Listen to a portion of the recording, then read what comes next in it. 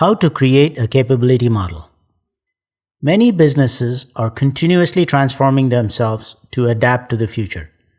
A capability model is a fundamental way to understand your business from a holistic perspective so you can transform it with intent. Using such a model, managers can look at the whole enterprise and identify capabilities that have to be prioritized based on your strategy, for example. With the basic model in place, you can use it as a heat map to identify which capabilities are consuming the most amount of resources, which capabilities are critical for the enterprise, and which capabilities provide a competitive differentiator, for example. Capabilities are also important because they form the foundation of delivering value to your customers through processes. Each step in the process use a certain set of capabilities of your organization, capabilities that either you have or your partners provide. For example, if you offer fast delivery service to your customers as a competitive advantage, then you better have the mechanisms in place to deliver on that promise. This means that not only would you want to ship the products, but you will have to have the mechanism to track it, facilitate ordering, offer customer support, etc. Given that it's important to understand your organization's capabilities, how do you start building the capability model? I'll use a simple, relatable scenario. This capability model example is not even about a business, but rather about your family. You should be able to translate this example to the business. Let's say you want to make dinner for your family. Here's a simple process. Look up the recipes, get the groceries, cook the meal, and serve it. This will make the family happy. Each step in this process requires some things, information about those things, and skills to put those things together. For example, for shopping, you'll need a list, a way to get to the store, and money. For cooking, you'll need utensils, gas and water, utilities, and some cooking knowledge.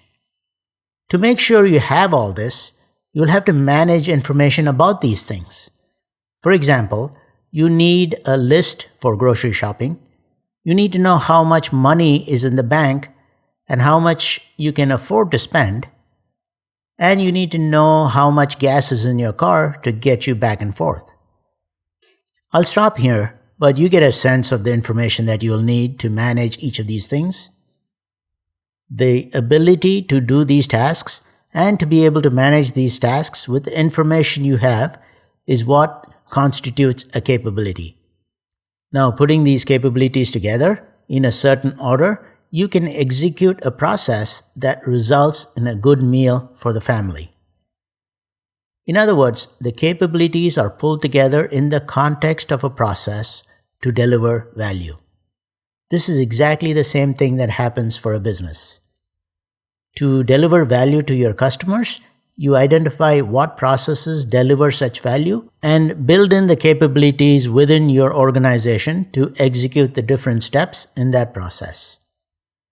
As you consider more and more processes, you can identify more and more capabilities that are required to deliver the value not only to external customers but to internal as well.